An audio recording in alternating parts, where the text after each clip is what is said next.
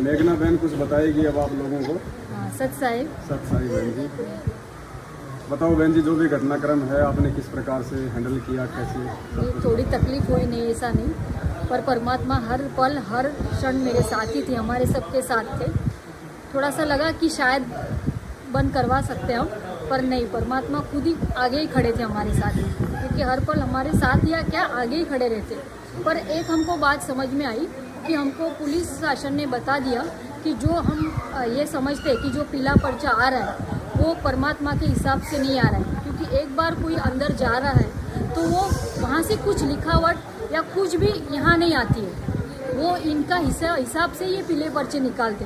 तो प्लीज़ हमारे सब भाई बहन हैं तो वो ज़रा समझो और सोचो कि ये क्या कर रहे हैं। आज पवन भगत जी जो बता रहे हैं वो बिल्कुल गलत नहीं है। आज हम भी, हमारे परमात्मा ने आंखें खोली, हम भी बहुत ज्योति सेवा पाठ सेवा करी और आज हमको पता चला कि हम खाली फुकट के पैसे डाल रहे थे। आज इधर उधर उन्होंने पैसे डाले, सचमुच हमको तकलीफ हो रही थी तब, पर अभी आज हमको बिल्कुल भी तकलीफ नहीं हो रही है। आज हमको अच्छा मार्ग मिल गया है और परमात्मा ने हमारी सबकी आंखें खोली और ये अच्छा मार्ग हमें दिखा दिया। करवाया था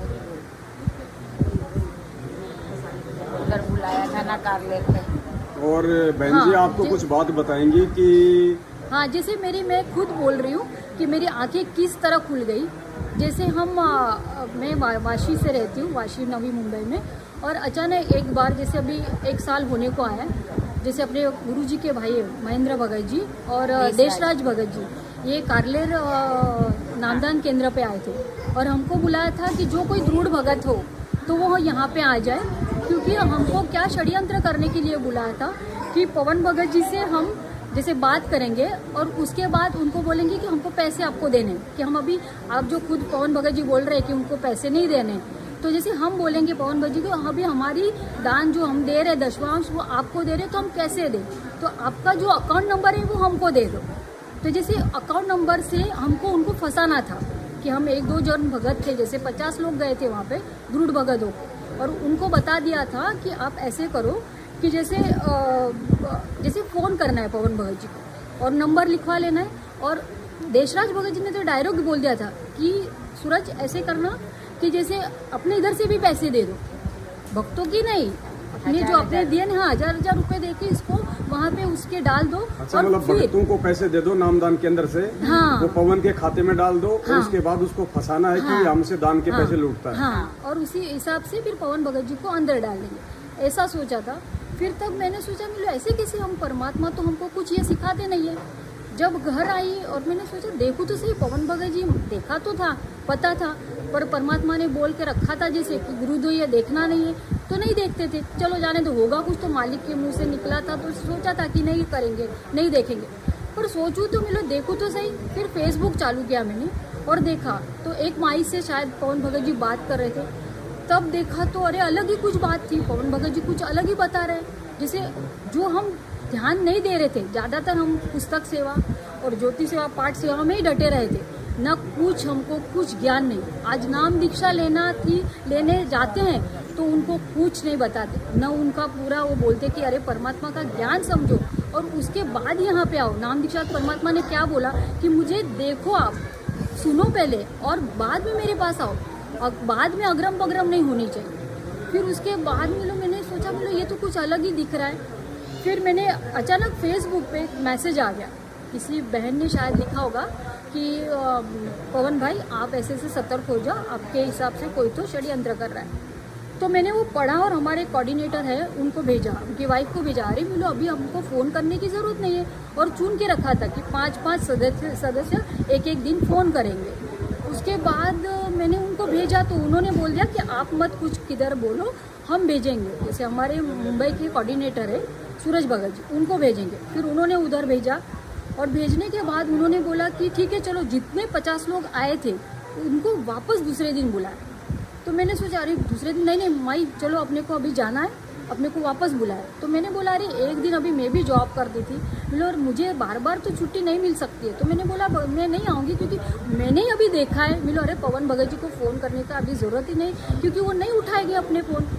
फिर भी नहीं आना ही पड़ेगा। नहीं भगत जी मुझे नहीं आना। फिर मुझे कुछ तो हुआ, परमात्मा ने बता दिया, शायद कुछ होगा मैंने सूरज भगत जी का फ़ोन आया कि नहीं माई आपको आना पड़ेगा। मैंने बोला नहीं भगत जी, मुझे उस दिन मैं जब गई नामदान केंद्र पे, आज मुझे कारलेर में मुझे आज नाम दीक्षा मिली है।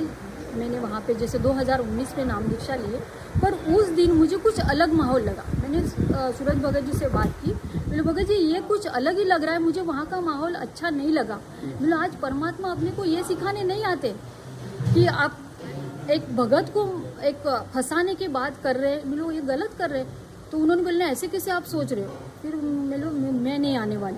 तो फिर ठीक है, उनको पता चल गया। और जैसे हमारे ग्रुप के हिसाब से, जैसे नामदान केंद्र के हिसाब से, जैसे लॉकडाउन में मुझे वो सेवा दी गई थी कि जैसे हर भक्त को, नए नए भक्त होते हैं तो उनको फ़ोन करके उनको थोड़ा ज्ञान समझाना।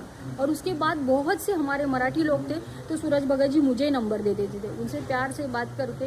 कभी कभी मैंने शायद पहले पवन भगत जी की वीडियो देखे थे, तो उनका जो बोलने का तरीका ना, वो मैंने पता नहीं परमात्मा ने शायद दिमाग में डाल दिया था। तो उसी भाव से और उसी शब्द से मैं उस भक्त के साथ बोलती थी। और बहुत जन जैसे उस माध्यम से नाम दीक्षा नहीं लेना चाहते थे, क्योंकि वो जो अपने 11 नियम है परमात्मा ने बताए, वो किसी भक्त को पसंद नहीं थे कि अरे ये 11वां करना, 12वीं करना, वो कैसे, हमारे तो घर में कोई गुजर गया तो हम क्या करेंगे। तो मैं भक्तों को भी बताती, हमारे घर में क्या रोज मरते हैं क्या, साल में या कभी कभी कोई जाएगा, तब की बात तब परमात्मा देख लेगा। फिर इसके हिसाब से लोगों ने नाम दीक्षा भी बहुत ली, नहीं ऐसा नहीं। फिर ऐसे हुआ, मैंने सोचा कि अभी ये तो कुछ अलग लग रहा है। और जैसे अपना एक ग्रुप था, क्या नाम था उसका, रायगढ़ 7 कौन सा ग्रुप था वो, जगत वालों के लिए हमने ग्रुप बनाया था। तो उसमें महाराष्ट्र के हिसाब से जैसे मुंबई में रायगढ़ से सेवा मुझे लगी थी। तो जैसे 700 भगत आज मेरे पास थे, जगत वाले, उनको हर टाइम को हमको मैसेज डालना था। सदज्ञान रायगढ़ करके ग्रुप था, उसकी मैं एडमिन थी। और तब मैं डाला करती थी रोज का वो।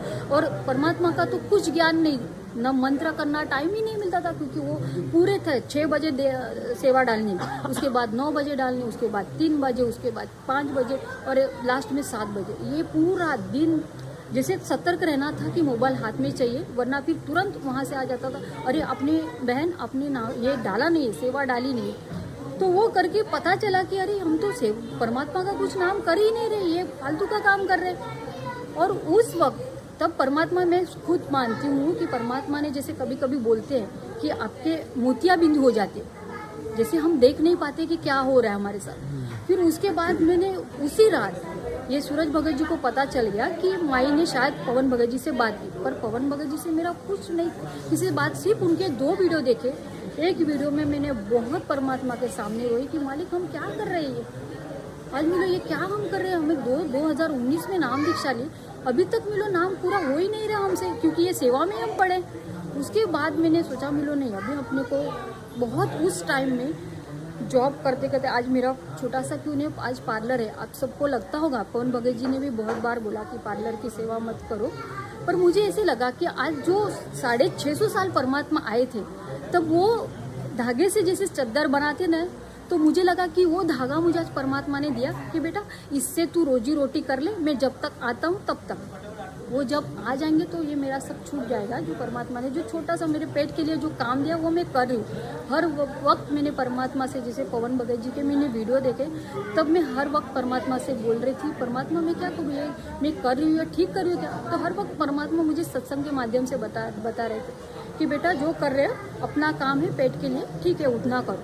उसके हिसाब से मेरा वो चल रहा था। उसके बाद इन लोगों ने क्या किया कि जैसे ये सब सेवा में एडमिट के हिसाब से उन लोगों ने रातों रात, जैसे मेरे मोतियाबिंद जो मैं बोल रही हूँ, उन्होंने रातों रात सब ग्रुप से मुझे निकाल दिया। 11 बजे की बात थी, एक भगत का फोन आया, माई क्या हुआ आपको निकाल दिया। और मैंने देखा, मिलो अरे बाप रे ये क्या होगा। रात को हम सो ही देते मेरे भगत जी और हम सोए, दंडोत किया मालिक के सामने, रोए, मिलो मालिक ये रातों रात तूने क्या कर दिया। तब पता चला कि नहीं, परमात्मा ने कुछ शायद मोतियाबिंद थे मेरे आंखों में, तो वो मेरे निकाल दे कि बेटा वो मार्ग ठीक नहीं है। जो मार्ग आज पवन भगत जी दिखा रहे, आज वहाँ पे पता चल रहा है कि परमार्थ क्या है, गुरु क्या है, वो अभी अब पता चला है कि सत्संग के माध्यम से पता चला कि अरे ये तो ये सच बोल रहे, ये कहाँ गलत बोल रहे, हमको क्या किधर ये परमात्मा छोड़ के दूसरी जगह लेके ही नहीं जा रहे।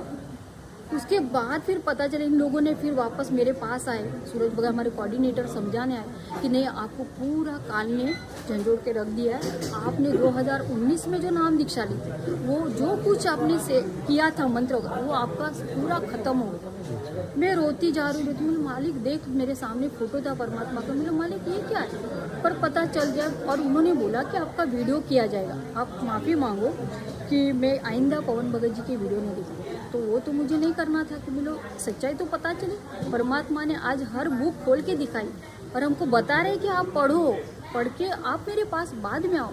तो सोचा न जाने इस वीडियो में भी अपने को कुछ मिल जाए। फिर सोचा कि नहीं मिलो, मैंने उनको बोला मिलो ठीक है, काल ने मुझे झंझोड़ के रखा ना, ठीक है मैं देख तू, मुझे थोड़ा टाइम लगेगा, मिलो मैं देख के फिर आ जाऊंगी ना, है मेरी सेवा जो थी। नहीं आपने सेवा कैसे डिलीट की आपने, क्योंकि फिर मैंने बाद में मिलो अभी इन्होंने हर ग्रुप से हर अपने साथ समिति के जो हमारे जो भाई बहन थे जैसे अपने मैनेजमेंट वाले थे उनको सबको बोल दिया कि अभी ये गुरुद्रोही हो गई, इनसे बात नहीं करनी। आज हर वक्त मुझे हर लोग मुझे शंका समाधान के हिसाब से भी फ़ोन करते थे, पर एक बार एक भगत लेडी ने मुझे फ़ोन किया, भगतमती ने, कि उन्होंने इतने नीचे गिरे हैं लोग कि जैसे अपने को नाम दीक्षा जब देते हैं तो अपने को जो फॉर्म देते हैं ना, तो जैसे वो लड़की ने मुझे फ़ोन किया कि माई ऐसे हो गया है कि ना गांव से हमारा जो हमने नामदान केंद्र से हमको जो फॉर्म मिला है वो बोलते उन्होंने मांगा है। तो मैं सोचूं मांगा ये तो कभी ऐसे हुआ ही नहीं, आज इतने सालों से हमने किया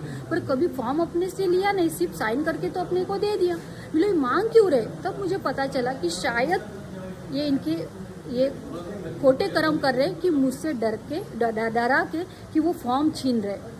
मैंने परमात्मा से अरदास, मालिक अभी मुझे तू मिल गया, मुझे ये फॉर्म एक चिट्ठोरे से कुछ लेना देना चाहिए तो कभी भी तू ले सकता। मैंने वो मेरे घर पे था, मैंने वो पार्लर में ला के रखा क्योंकि मुझे पता था लोग घर में, तो हम दोनों ने नाम दीक्षा लिए, बाकी हम 8 सदस्य घर में, मेरे बेटे ने भी नाम दीक्षा नहीं ली थी। तो मैं लो चल पार्लर में ये पक्का आएंगे। बहुत जन लोग आए मुझे समझाने कि आप गलत करो, ये वो गलत है, वो फंसाता है, ऐसा वैसा बहुत बोला, और आप ये सब छोड़ दो और आप इस वापस से इस मार्ग में आ जाओ और गुरुजी से अरदास लगाओ कि मैं वापस से ये पवन भगत जी की वीडियो नहीं देखूँ। फिर मैंने सोचा नहीं मुझे टाइम थोड़ा लगेगा, मुझे तुरंत तो मैं मिलो आपने रातों रात ही मेरे ऑपरेशन कर दिया परमात्मा ने मोतियाबिंद, तो मैं अभी तुरंत तो नहीं है ये मार्ग में आऊँगी, थोड़ा मुझे सोचना पड़ेगा, देखूंगी मैं। परमात्मा ने जो बोला ना खोल खोल के जो बुक दिखाई, वैसे अभी खोल खोल की वीडियो भी बताए परमात्मा ने कि देखो किसी के माध्यम से आज पवन भगत जी जो कर रहे उसी माध्यम से आज मैंने देखा और पता चला कि ये कुछ गलत चल रहा है इनका। और फिर उसके बाद फिर मैंने वो रास्ता छोड़ दिया। फिर भी एक बार ऐसे हुआ कि हमको करुणा माई करके है कि उनके हिसाब से फ़ोन करके उनको बुलाया गया कि इस माई को समझाओ, ये माई गलत रास्ते पर चल गई है, इसने परमात्मा का मार्ग छोड़ दिया, इसको समझाओ। भगत जी आवाज़ थोड़ा भाई कम करो, जो भंडारा कर रहे हो चुपचाप अपना भंडारा करो, थोड़ा इंटरव्यू चल रहा है। फिर उसके बाद करुणा माई हमेशा समझाती, अरे नेहा छोड़, ये नहीं ऐसा नहीं है। फिर मैंने सोचा नहीं माई को भी मैंने बहुत सत्तर किया, माई ध्यान देना, हमारे ज्योति के हर महीने के पैसे, अभी बोलना नहीं चाहती पर ज्योति के हर वक्त पैसे करुणा माई ने भी बहुत पैसे का दान किया है, पर वो उसके जब देते थे ना दान तो अलग है। और तब मुझे कब पता चला, अरे लॉकडाउन हो गया था, हाँ 4-4 महीने लोग घर पे बैठे थे, और परमात्मा अपना कैसे बोल सकता है कि 4 महीने के बाद वापस बोल सकता है कि अरे सेवा करो, पाठ प्रकाश करो। अरे लोगों को खाने के लिए पैसे नहीं, और अपना परमात्मा अपने कैसे पैसे मांगेगा। तब पता चला कि नहीं ये कुछ अलग हो रहा है इनसे, ये कुछ गलत ही कर रहे हैं। और फिर भी दिया, 4 महीने मैं भी घर पे थी, पूरा परिवार घर पे था, फिर भी नहीं लगा, नहीं परमात्मा को अपने को देना। बैंक से निकाल के 15,000 का पाठ प्रकाश किया, और उस वक्त जो प्रसाद आया, हाँ एक प्रसाद की भी बात बताती हूँ, जैसे अपने सब भक्तों को मैं बता रही हूँ। अपने को क्या लगता है कि हरियाणा से प्रसाद आ रहा है जो पाठ प्रकाश उधर कर रहे हैं भिवानी में या रोहतक आश्रम में, पर वहाँ से कुछ काजू बादाम पिस्ते आते हैं वो मुझे नहीं पता, पर नारियल तो जो हमारे मुंबई के हिसाब से यहाँ से ही खरीदते हैं। यहाँ से ही खरीदते थे, परमात्मा के यहाँ रखते थे। पहुँच पाँच के हमने खुद वो सेवा की है कि पहुँच के जो छिलके बिलके कुछ नारियल के रहते थे वो साफ़ सुथरा करके परमात्मा के दरबार पे रखते थे, और उसके बाद हम एक थैली में भर के फिर वो हर घर में, जैसे 15,000 जिसने लिए उसको वो एकदम, और हमको लगता था कि ये परमात्मा हरियाणा से आए। वो उस वक्त का जो प्रसाद था, पता नहीं परमात्मा का कुछ तो थी लीला, पर मैं नहीं खा पाई क्योंकि वो अलग ही लगा कि नहीं ये कुछ तो अलग है, नहीं खा ही नहीं पाई। परमात्मा ने नहीं खिलाया। आज तक भी वो नारियल मेरे पास वैसे ही पड़ा है। बोलो ठीक है, विसर्जन कर दूँगी। उसके बाद फिर अभी तो अच्छे ही चल रहे, परमात्मा ने अच्छे मार्ग पे दिखा दिया है सब कुछ। अब तो आप सात संगति से जुड़ अभी चुकी हैं। सात संगीत से जुड़ के 1 साल हो गया मुझे। अब कैसा पूरा अब महसूस हो रहा है सात नहीं संगति नहीं, से? बहुत ही अच्छा हो रहा है, बहुत अच्छा कि आज पता चला कि परमात्मा आ चुके अपने यहाँ। और ये लोग जो हमारे रायगढ़ की कोऑर्डिनेटर है वो मुझे बोल रहे हैं, अरे आपको फिर सारनाम कैसे मिले? उन्होंने परमात्मा आके देंगे ना। अरे वो नहीं आएंगे तो अरे आपको उनको पता है उनको सजा कैसे मिली, जन्म की मिली। तो आज मुझे पता चला, आज ये जो परमात्मा ने ही अपने को दिखाई है वो कि मैं खुद आऊँगा, तो फिर क्या ये आने वाले नहीं है? वो उधर ही है, जेल धाम में ही बैठने वाले हैं क्या? आज जो अपने जो भविष्य वक्ता है उन्होंने जो बताया है कि ये साल में ये होगा तब आएगा ये परमात्मा, तो क्या अभी क्या सोचेंगे क्या आएगा फिर? ऐसे ही बोले। फिर मैंने सोचा कि नहीं ये कुछ अलग ही इनको परमात्मा मतलब सतलोक आश्रम मैनेजमेंट हरियाणा को लगता है कि अब गुरुजी ना नहीं आएंगे, अब जेल से बाहर नहीं आने वाले हैं। उनके ऊपर आजीवन उम्र कैद की सजा हो चुकी है और सारा सिस्टम हम लोगों के थ्रू ही होगा। हाँ बस ऐसे ही सबको लग रहा है। पर तो ये महाराष्ट्र के जो भाई बहन है उनको आप क्या मतलब एक संदेश देना चाहेंगे? नाही, मी सगळ्यांना नमस्कार करते, साहेब म्हणते की खरोखर डोळे उघडा, जसे माझे आज उघडले। आज बऱ्याच संगतीला म्हणजे आपले जे सगळे माझे भाऊ बहीण होते त्यांना आज सगळे जे माझ्याशी फोन करत होते त्यांना सगळ्यांना तुम्ही बंद करायला लावलं, पण आज परमेश्वराने मला हजारो लोक दिले जे आमची तुम्हाला आपल्याला सातसंगतीमध्ये वाटतात की 150-250 लोक, पण 150-250 लोक नाही आहेत, हजाराच्या संख्येने आहेत। गुरुजीने जे सांगितलेत की जे सुरमा जाणार आहेत ना ते सगळे नाही जाणार। आपण जे आता एवढे आपण 3 लाख वगैरे करोडो बोलतायत, ही सगळी सतलोकमध्ये नाही जाऊ शकणार मला तरी वाटते। कारण की 650 वर्ष असताना आपण त्या गणिकेला जर घेऊन हत्तीवर फिरले तेव्हा आपण मुख मोकलं की नाही, आपण सगळ्यांनी सोडलं त्यांना। मग आता आपण काय गॅरंटी की ते आपल्याला घेऊन जातील? क्या गारंटी क्या है कि वो परमात्मा अपने को इस जन्म में लेके जाएगा? क्योंकि हम भी अभी कर्म ही कर रहे हैं, गलत ही काम कर रहे हैं, कैसे लेके जाएंगे?